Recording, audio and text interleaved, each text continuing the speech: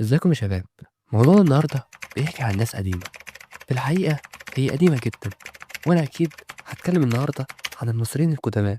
المصريين القدماء من حوالي 500 سنة كانوا مؤمنين ان الانسان بعد ما يموت روحه بترجع للعالم الاخر، وكانوا شايفين ان الملك مش مجرد انسان عادي ومش اي مكان يقدر يدفن فيه.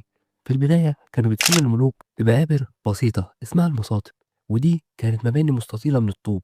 لكن المشكلة ان المقابر دي كانت بتتسرق بسهولة من لصوص المقابر، ومن هنا جاءت فكرة بناء الأهرامات.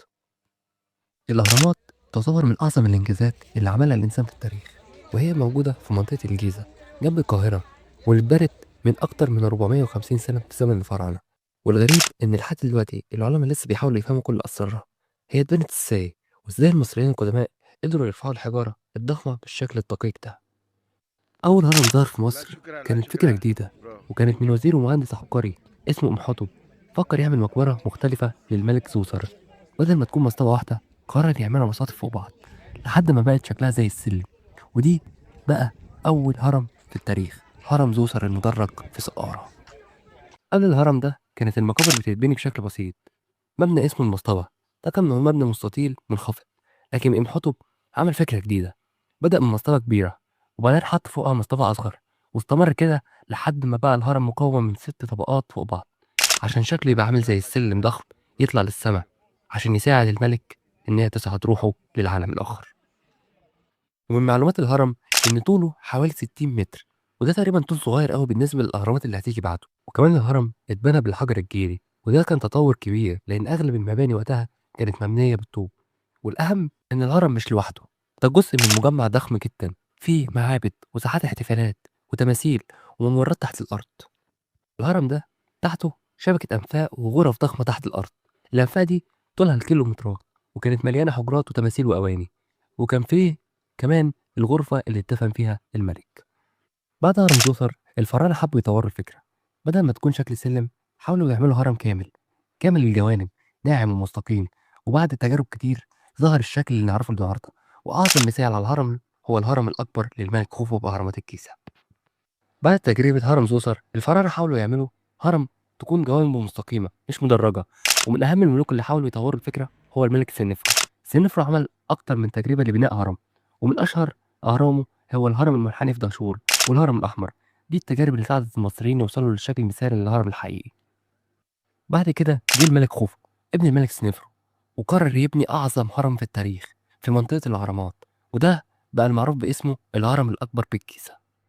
والهرم الأكبر كان إنجاز هندسي غير عادي، وده لأن ارتفاعه الأصلي حوالي 146 متر، وفيه حوالي 2.3 مليون حجر، ووزن الحجر الواحد يوصل ل2.5 طن. والأغرب إن الأهرامات مبنية بدقة كبيرة لدرجة إن أنت ممكن تشوفها من أي مكان سواء في الشمال أو الجنوب أو الشرق أو الغرب. لكن ساعات بسأل نفسي سؤال، هو إزاي بنوا الهرم؟ إزاي بنوا الهرم الأكبر؟ وإزاي بنوا الهرم اللي قبليه؟ إزاي المصريين القدماء قدروا يبنوا الهرم الأكبر؟ لكن لحد دلوقتي مفيش إجابة واحدة مؤكدة، لكن في نظريات كتير. وأشهر النظريات هي نظرية المنحدرات، لأن هي تعتبر أشهر نظرية. العلماء بيعتقدوا إن العمال كانوا بيبنوا منحدر رملي ضخم جنب الهرم. الطريقة كانت غالبا بيقطعوا الحجرات من المحاجر، يحطوها على زلاجات خشبية، يسحبوها بالحبال فوق المنحدرات. كل ما الهرم يعلى المنحدر معاه. وفي نظرية تانية اسمها نظرية المنحدر الحلزوني، وهي نظرية بتقول إن المنحدر كان بيلف حوالين الهرم بشكل حلزوني. يعني العمال كانوا بيطلعوا الحجارة حوالين الهرم لحد ما يوصلوا للقمة. والميزة إن النظرية دي مش محتاجة منحدر طويل جدا. والأغرب إن الهرم مبني بدقة هندسية عالية جدا، واتجاهاته تقريبا مطابقة مع الشمال الحقيقي للأرض. وده معناه إن المصريين القدماء كان عندهم معرفة قوية بعلم الفلك والهندسة والقياس. والهرم الأكبر بيحمل لغز لحد دلوقتي مش محلول، رغم إن كل النظريات دي، إلا إن في أسئلة محدش عارف إجابتها بالظبط. إزاي رفعوا الحجارة التقيلة دي؟ لحد دلوقتي محدش يعرف. وإزاي وصلوا للدقة الهندسية دي؟ وإزاي خلصوه في حوالي 20 سنة بس؟